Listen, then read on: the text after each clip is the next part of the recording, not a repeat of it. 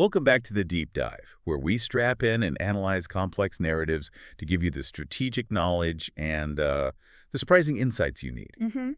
Today, we are not just looking at starfighters. We're going deep into what might be the most ethical, the most political conflict General Wedge Antilles ever faced. We're talking about X-Wing, Starfighters of Adumar. This is such a remarkable entry in the series. It really is, because it takes the galaxy's most famous ace pilot and it strips him of all his usual resources. Everything. It forces him to be a diplomat, which he hates, an intelligence operative. He even has to be a cultural anthropologist, all while fighting this shadow war against his own side. Against New Republic intelligence, yeah. The stakes are proton torpedoes, which are huge, but the currency, the thing everyone's trading in, is honor, and the definition of that word just keeps changing. It's constantly shifting under his feet. Exactly. So our mission today is to unpack how Wedge navigated this culture that's just obsessed with duels and public image, how he fought the Empire and his own people, and ultimately how he learned that sometimes the most courageous thing a leader can do is delegate command. It's really less about the lasers and much more about the logistics and the philosophy behind it all. Okay, let's get into it. And we have to start with, well, an emotional detonation on Coruscant. Yeah. We find Wedge Antilles 3 kilometers up on a balcony cafe, and he is preparing for one of the hardest conversations of his life. He's about to break up with his girlfriend, Quiwizux. And the scene is just, it's so intense. He's surrounded by this towering, indifferent architecture. The sky is this ominous orange. And Wedge is, he's rehearsing the words. He's getting ready to pull the trigger. Right. And then Quiwizux, the Omwat humanoid with the, the blue skin, she just beats him to it. She just cuts him off at the knees. Completely. She preempts his whole carefully planned speech. And Wedge is just left there, silent. He's totally caught off guard. The book says his own words had defected from his mind to hers. And the reason she gives, it's probably the most, clinically accurate psychological profile we ever get of Wedge. Oh, for sure. She doesn't say he cheated or he wasn't passionate. She tells him that for him, their relationship was what she called a learning love. A simulator run. A simulator run, exactly. It's brutal. It's an incredible piece of insight. She basically points out that Wedge went straight from this, shortened childhood because of the war into a life that was nothing but combat and command and survival. He missed all that stuff. He missed all the messy, awkward teenage years of trying to figure out relationships. So for him, she was basically his emotional practice ground. It's an amazing observation. She suggests he felt like it was his duty to love someone. He's a man now, he needs a partner, and she was just there. She was convenient. And she gave him a safe space to learn, which says a lot about her maturity, really. And Wedge, instead of, getting defensive... He laughs. He laughs because he knows she's 100% right. He even makes a joke about it, which is his way of admitting it. He says something like, he saw her as a comfortable old simulator, and she saw him as inheritance furniture that doesn't match. And they agree. They were both there to end it. They agree to be friends. It's a clean break, but you can tell it leaves Wedge just completely drained. And ripe for coercion. Exactly. When Aaron Kraken, the head of New Republic intelligence, decides to show up, before Wedge can even process this or start his vacation, boom, Kraken is there with a new mission. At Wedge, being Wedge, he immediately sees the signs. He notices his quarters have been swept for bugs. Yeah, which means this is highly sensitive, top secret. And he just feels this rage, this feeling that he's not being treated like a general, but like a pawn, a disposable asset. He actually confronts Kraken about it. He asks him what it feels like to have so many resources you can just decide, I'll find the button to push to make him do what I want, no matter what it costs him. The book says he was explosive. He was dangerously close to, physically attacking the head of intelligence. Yeah. This isn't just a simple disagreement. It's a deep philosophical problem he has with how leaders treat their people. So Kraken has to switch gears. Yeah. He sees the authority play isn't working, so he goes for motivation. He reveals the target, Adumar. A heavily industrialized world out near wild space, settled about 10,000 years ago by some unsuccessful rebels from the old republic. Right. And these colonists, they kept their language and some old traditions, but their society just kept collapsing into barbarism, constant infighting. So the culture they built is based completely on competition, on honor, and on military skill. And the strategic importance. It's all about manufacturing. That's the real hook. Kraken tells him Adumar specializes in high-powered explosives. This is the linchpin, isn't it? It's the whole ball game. Kraken confirms the New Republic has a critical shortage of proton torpedoes, the heavy hitters you need to take down capital ships. Which Wedge has been complaining about for years. For years. And Kraken says if you can convert even a small part of Adumar's industry to our side, you solve one of the biggest strategic weaknesses in the entire Republic fleet. So he's basically being blackmailed. With his own sense of duty. He hates the coercion, but he can't walk away from the mission. It's too important. So he takes it. He gets Red Flight together, Tycho Selchu, Wes Jansen, and Hobby Clivian, and they head out to rendezvous with their ride. Which is the captured Imperial Star Destroyer, Allegiance. And that detail, it just hangs over the whole mission, you know, even though it's flying their colors. Wedge, the guy whose family was killed by the Empire, he says he can never get rid of that presentiment of evil he feels around a Star Destroyer. It's the perfect metaphor. He's doing good, but he has to use the tools and the compromises of the enemy to get there. Right. It's a constant reminder. They also pick up Hala Supper, the mission documentarian. With her silver 3PO head unit, Whitecap, which is her camera. Yeah, very strange. And of course, Jansen and Hobby are there to just, you know, cut the tension with jokes. And they get their paint job, the white base, the Rogue Squadron red stripes, but, and this is important, no unit patch. Signifying that this is different. It's diplomatic, sensitive. And the final warning sign. Captain Salaban on the Allegiance tells them that intelligence decided not to give them any briefing, no liaison, nothing until they land. They're going in completely blind. Which just screams setup. It's a huge red flag. And that sets the stage perfectly for what happens next. Section 1. Cultural shock and the honor economy. They arrive on Adumar, and the welcome is not very welcoming. Not at all. The X-Wings in that white and red paint, they're immediately attacked during atmospheric descent by these sleek, black, local fighters. Blade 32s, we find out later. But this isn't like a formal military attack. Right. It's much weirder. It's much weirder. These are just young, undisciplined local pilots who are trying to get personal honor by killing the famous General Wedge Antilles in what they call a fair dogfight. They see him as a trophy. A walking, flying trophy. So Red Flight, you know, the most disciplined squadron in the galaxy, is forced into a fight just to land. They end up vaporizing 4 enemy ships on the way down. So before they even step on the planet. They have 4 confirmed kills. In a system that's supposed to be neutral and diplomatic, it's an incredibly bloody start. And the city they land in, Carton, is this bizarre contrast to the violence. It's described as a riot of colors. Yeah, because every building is painted differently. It's all part of that competitive culture. But the architecture is what really tells the story. You have these massive, broad balconies everywhere. Like everywhere. Which are designed for watching public events and, as they find out, for landing your personal starfighter. Right. And the comm system is kind of ancient, but also central to their whole society. Just masses of cables strung between buildings. And that's their private communications. It's how young people talk, gossip, you know, court each other. They actually have to adjust their flight path to avoid hitting these cable banks. It's just woven into the city. So they finally land in this packed plaza, and they meet their local liaison, Tomer Darpen, from the New Republic Diplomatic Corps. And Jansen, of course, immediately knows who this guy is. Never misses a chance. He identifies him as Ejector Darpen, a former pilot known for, well, spectacularly bad landings. The story is just classic Jansen. Tomer's wee-wing got hit on a low-grav moon, and he somehow manages this miracle bounce landing, saves the ship. Okay, so that sounds good. Right. But then his ejector seat malfunctions and just launches him into orbit. He literally achieves escape velocity by accident. Tomer insists he saved the ship, but to Jansen, he will forever be the guy who ejected himself into space. Which immediately tells you what actual pilots think of Tomer Darpen. Exactly. So Wedge has to deal with this chanting, angry-looking crowd, and he goes into diplomacy mode. He gives them what he calls his Antilles 4-step instant speech. Which is basically, say who I am, say why I'm here, compliment your culture, and get out before I say something stupid. And this is where we really learn about the Adumari honor code in practice. Wedge asks about security, and Tomer explains this paradox. The crowd is the security. How does that even work? It's nuts. If someone wants to assassinate you, they have to give you fair warning and let you choose the weapons. If they break the rules, or if you refuse and they push it, someone in the crowd will just shoot the challenger dead. Not to protect you. No, just to please you. It's a self-regulating system of public, formalized violence.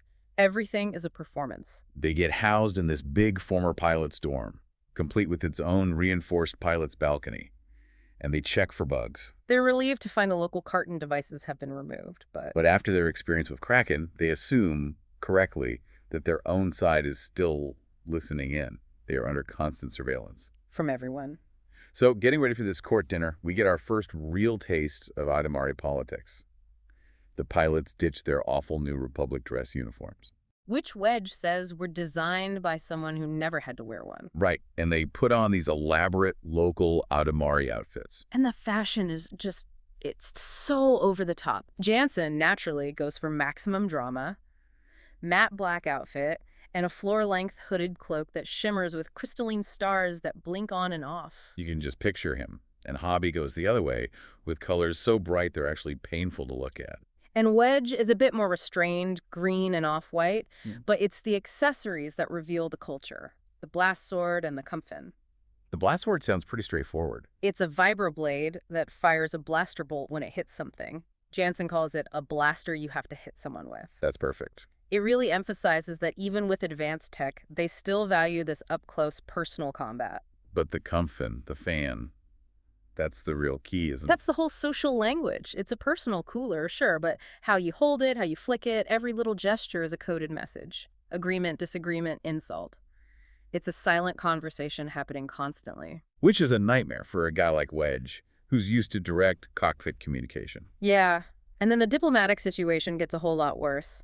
Wedge comes face-to-face with his rival, General Turr Phennir, commander of the Imperial 181st Fighter Group. Phennir's presence confirms their worst fears. Adumar isn't picking a side. They're making the New Republic and the Empire bid against each other for their industry. They're playing them. Exactly. And Phennir is ambitious. He's here to win. The possibility of this whole thing ending in open war just became very, very real. And the tension just snaps in the outer court with the main event of Adumari life, a duel. Their guide, Cherysky Hanadi, she's the carton ground champion. She's young, but incredibly formidable, and she's in a blast sword duel with some challengers, some runny-nosed lordling. And she wins, easily. But then Wedge's ethics get put on the spot. He's brought forward to make the decision. Palm up, you spare the guy. Palm down, you kill him. And Tomer Darpen is whispering in his ear, warning him, if you choose palm up, they'll see it as excessive sentimentality. They hate that in a leader. But Wedge sticks to his principles. He chooses to spare him. But he doesn't just do it quietly. No, that would have proved Tomer's point. Instead, he chooses a kind of public humiliation that, in this culture, is probably worse than death. He gives the guy this cutting public speech. He tells him he needs to learn to handle pain, so when he eventually dies in a duel, he won't embarrass his family by crying. He shames him. It's a masterful move. He shows the Adumari that New Republic principles aren't weakness. They're about refusing to kill unless you absolutely have to. He understands the rules, but he won't be trapped by them. It's a brilliant tactical move, and it pushes us straight into Section 2, the battle of ideology. Because now Wedge is fighting on, like, 3 different fronts. At least. The Empire, the Adumari culture, and, as we're about to find out, his own people. The personal drama kicks off when Wedge recognizes someone. He sees a courtier named Fianna Navarre and realizes it's not her real name. Right. He arranges a secret meeting and confirms it's Iella Wessiri, a former colleague and a pretty significant old flame. And she's deep undercover for NR intelligence. She confirms the political situation. Adumar found both of them, the Republic and the Empire, and they're escalating this bidding war on purpose. Her goal is to try and get the leader, the Parator of Carton, to form a world government. That would consolidate power and make it easier for whichever side wins the bid to just deal with one entity. And just as they're getting their bearings, the stakes jump from politics to life and death. An Imperial-backed assassination attempt on their quarters that night. They fight them off, and Cherys actually helps. And her being there is key, because she recognizes the money the assassins were paid with. Parrots, with the Parator's face on them. Which suggests the leader of Carton is already on the Imperial payroll.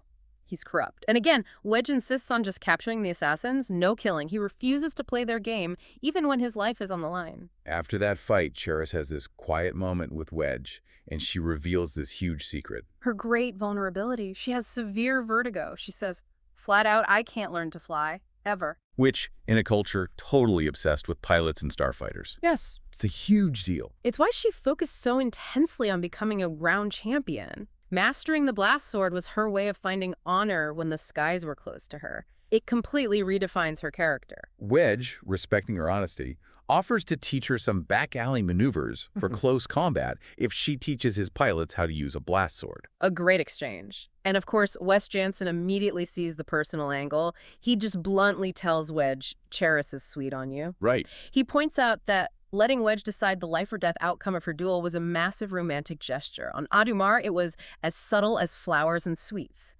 So now Wedge has this on his plate too. So with Imperial influence growing and the Adumari pilots just killing each other off in these duels, Wedge makes a huge move. He introduces simulated warfare. This is completely radical for them. He brings in training with paint missiles and weakened lasers. His goal is practical. It's a New Republic mindset. Maximize training, preserve your pilots, and don't waste expensive ships. And it works. It catches on like wildfire. Yeah. Pilots from other Adumari nations start showing up for his training sessions. They see the value in getting better without, dying. Which leads directly to the big ideological showdown. Tomer Darpen. He shows up on their balcony, furious, and demands Wedge stop the simulated training now. This is where the mask comes off. He accuses Wedge of changing things too much. This new training method is threatening the traditional honor system, the very thing Tomer thinks they need to manipulate to win. Tomer's argument is purely political. He orders Wedge to go back to live-fire duels. He says if we don't act like the Imperials, who are happy to shoot down anyone for glory, we're going to lose Adumar. He basically calls Wedge too squeamish. You saying the ends justify the means. We have to become a little bit like the Empire to beat the Empire. And this is where Wedge delivers his defining line of the whole story, the core belief of the New Republic. He just says, if we act like the Empire, we become the Empire. He argues that if they win Adumar by adopting Imperial brutality, by valuing glory over life, then they've lost. Because the Empire's ideas are still in charge. And he defies Tomer's order. He knows Tomer isn't in his direct chain of command. That act of defiance blows the whole intelligence conspiracy wide open. Hallis Saper, the documentarian. The one with the 3PO head camera. Right, who Wedge just thought was an eccentric artist. She reveals she's actually incredibly savvy. She used her old sludge news skills. Her tabloid reporter skills. Exactly. She tailed the agent who bugged their quarters. I mean, where did he go? Straight to Tomer Darpen's room, which confirms it. Their liaison was secretly the regional NR intelligence chief, and he was spying on them the whole time, trying to sabotage Wedge's approach. And the final piece comes from Iella. She confirms Wedge's worst fears. Tomer, using the codename NRI-1, sent an explicit order to Captain Saliban on the Allegiance. The order was? Ignore all transmissions from the surface of Adumar. He cut them off. Completely. He stranded them. His plan was to use Wedge as bait, let things escalate into a war, and make sure Wedge couldn't call for help or an evac. Wedge realizes he's completely on his own now. He's fighting Phennir for Adumar, and he's fighting his own intelligence chief who wants him to fail. Or maybe even die. The situation is desperate. And that desperation pushes us into Section 3, Exile, and the Gauntlet. The whole political situation just explodes. The Parator of Cartan, Bakalik, makes his move. He unilaterally declares the formation of a single Adumari world government run by Cartan based on their military system. It's a declaration of war on any other nation that disagrees. And he uses Wedge and Phennir's presence as the excuse. He says they revealed Adumar's internal weakness. And he calls on Wedge to join him in this war of conquest. Wedge naturally refuses. Publicly. He condemns it as dishonorable. He will not be a tool for a tyrant. The payback is immediate. The Parator declares Wedge and his pilots exiles. Tomer shows up just long enough to deliver the news. Their X-Wings are being impounded, hauled right off their balcony, and their only way to survive is a gauntlet to the Giltella airbase. And gauntlet is not a metaphor here. Not at all. It means they are legally fair game. Anyone, anywhere between the palace and the airbase can kill them for honor, and Tomer makes it clear, the longer you wait, the more people will be out there hunting you. So Wedge's greatest skill, flying, is useless. He has to survive on the ground first. This forces them into pure, chaotic improvisation. They can't fight their way out. They have to use deception, speed, misdirection. The escape is just. It's a testament to the crazy brilliance of Red Flight. They steal a vehicle and then immediately blow it up for cover. And Jansen provides the most Jansen moment ever. They steal a flat cam unit and they film a fake broadcast. What do? Jansen and Wedge fake this dramatic fight. They use Hobby's very distinctive cloak draped over a blast sword, and they use a brick to simulate the sound of it hitting the camera holder. It's a piece of deliberately bad sludge news. Exactly. And it works. It diverts the crowds who are obsessed with watching duels on a wild goose chase. They use the honor system against itself. But the final indignity comes when they get close to the airbase. To blend in, they have to steal Adumari women's clothing. And this gives us Hobby's most iconic moment of protest. He is just horrified. He argues against it so hard. And his line is just perfect. I'm not putting us in women's clothing. Very well. I'm not putting us in women's clothing. It's just the perfect summary of their desperation. In the middle of all this, though, before it all fell apart, Wedge had made this incredible diplomatic move. He tracked down the Imperial Admiral Terran Rogris. On the Star Destroyer Agonizer. Right, and this conversation is the ethical opposite of his fight with Tomer. He finds Rogris drinking alone, wrestling with his own code of honor. He's worried his orders are going to force him to do something dishonorable. Like attacking the New Republic fleet even if the Empire loses the diplomatic bid. Exactly, and Wedge doesn't threaten him. He appeals directly to Rogris's conscience. He offers him a way out. Defect to us if your orders violate your ethics. We'll protect your family. It's a total gamble. Yeah. It's based on the idea that even inside the Empire, there are people who value their own internal code more than their orders. He leaves him an emergency frequency and just bets on the Admiral's honor. So the escape party Wedge, Tycho, Hobby, Jansen, Hallis, and Iella, they finally make it. They're taken in by the leader of the Yetagan Confederacy, one of the nations opposing Cartan. And the leader, Escalion, he sees Wedge's defiance of the Parader not as weakness, but as a profound act of honor. So he asks Wedge for more than just a place to hide. He asks him to lead their entire combined military. Yeah. He argues that Wedge's reputation, for skill and for honor, for standing up to the most powerful man on the planet and surviving, that reputation could rally the neutral nations to their cause. It's their only chance against Cartan's superior forces, which are now backed by the empires of 181st. Wedge accepts. He realizes this is the only way to achieve his mission honorably now. Not by conquest, but by fighting a war of liberation. He goes full rogue. But the stress, the betrayal, the constant pressure, it's taken a huge toll on him. He's physically and mentally exhausted. He tries to just dive right into battle planning. And this is another huge character moment for him. His team, led by Iella, they stop him. They stage an intervention. Iella tells him, I think it's time you learn how to do something. And what she means is... Delegate. Delegate authority. Wedge has spent his whole life being the guy who has to do the impossible thing himself. And here, he's forced to hand over total control of battle planning to Tycho Selchu. It's this incredible moment of trust. The former Imperial defector is now in charge of saving the mission. Which brings us to Section 4, Conclusion of the Conflict and Personal Resolution. With Tycho now in command, we go from escape to strategy. And Tycho's plan is it's brilliant. It shows why he's Wedge's number 2. He immediately focuses on Cartan's biggest weakness, their reliance on speed and these punch-and-pop broadcaps. These heavy attack ships. And they're designed for a very specific purpose. Yes, they're designed to penetrate the underground worker residences, the Turum warrens. That detail is so telling. Their best military tech is designed to suppress their own working class. It shows you everything about their society. And Tycho's plan is designed to break that military doctrine. He uses this unique two-horn formation at different altitudes. To deny them a clear center target. Exactly. It forces them to spread their fire. And he orders the Union pilots to focus on the Scythe-class bombers, the real threat to civilians, not on chasing aces for personal glory like the Adumari do. And then there's the deception strategy, the transponders. This is classic rogue squadron, just on a massive scale. So walk us through this. How does it work? It's genius. Tycho orders the best pilots, Wedge, Jansen, Hobby, to broadcast the transponder codes of, low-value, unknown Adumari pilots. Okay. And then he has the Adumari novices broadcast as high-value targets. They're pretending to be Wes Jansen. So the Cartan forces, who are all about honor and targeting the biggest name for the most glory, they'll see Wes Jansen on their screens. And they'll chase the rookie, drawing all the fire, while the real aces, who are broadcasting as nobodies, are free to take out the bombers. It's weaponizing their honor system against them. It's a complete inversion of their entire culture. And Wedge cements this new philosophy.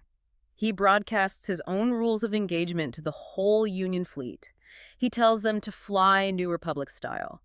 Focus on your enemy. Fight now and a few moments in the future. He's teaching them strategic patience, collective victory over personal glory. He even says he'll shoot down anyone who flies for glory instead of the win. He's killing the old Adumar way. No, they just need their ships back. Cheris leads a ground team to find the X-Wings. She finds them in the Parator's private hangar, which is connected to the palace by a secret tunnel. And how do they find them? Wedge's astromech gate. The little droid kept broadcasting its location despite all the security. Iella helps Wedge connect to the droids, and they basically turn them into 360-degree cameras, guiding Cheris's team in. So Wedge and Red Flight get their X-Wings back. It must have been an incredible moment for him to be back in the cockpit. You can feel the relief. Oh. And they immediately engage the 181st and their TIE defenders. And the tide turns. Tycho's plan works perfectly. The Union forces crush the Carton fleet. The TIE defenders are tough, but Wedge survives a head-on pass with what he assumes is Phennir himself. And in mid-battle, he gets word that Tycho got hit, but he ejected safely. Which proves the whole point of their strategy. Pilot preservation. That was the key to victory. Exactly. So with the Parator captured, Wedge and Tycho perform their final act. They corner Tomer Darpen. And at gunpoint, they force him to transmit the override code to the Allegiance. He has to use his intelligence code name, NRI-1. And the comm blackout is finally lifted. Wedge promises to turn him over for prosecution, refusing to let the Adumari just execute him.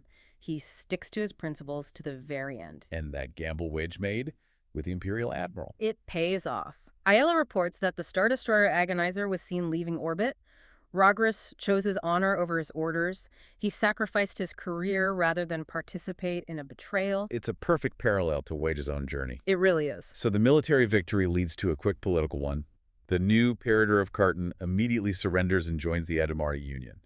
No civil war, just a fast, pragmatic peace. And General Kraken, maybe realizing Tomer's way was a failure, officially appoints Iella Wessiri as the new NR intelligence chief on Adumar. And finally, the personal resolution. Wedge and Iella finally get together. He tells her, I finally have someone to come back to. He's learned the difference between a learning love and the real thing.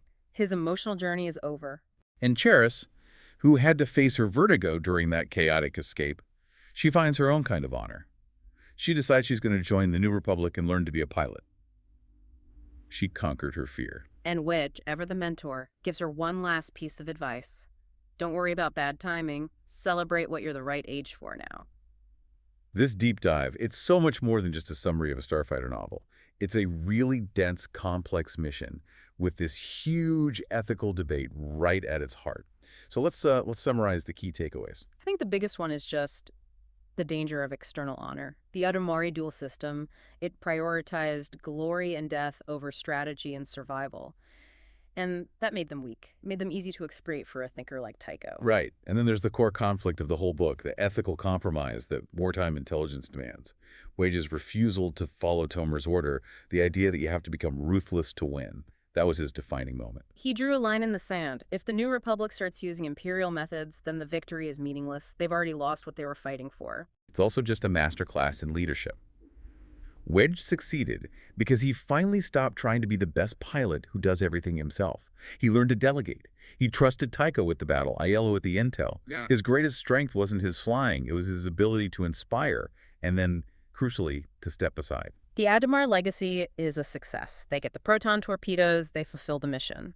But it only happened because Wedge threw out the mission parameters given to him by his own command and chose a higher, more honorable path. And that leads us to our final provocative thought for you to think about.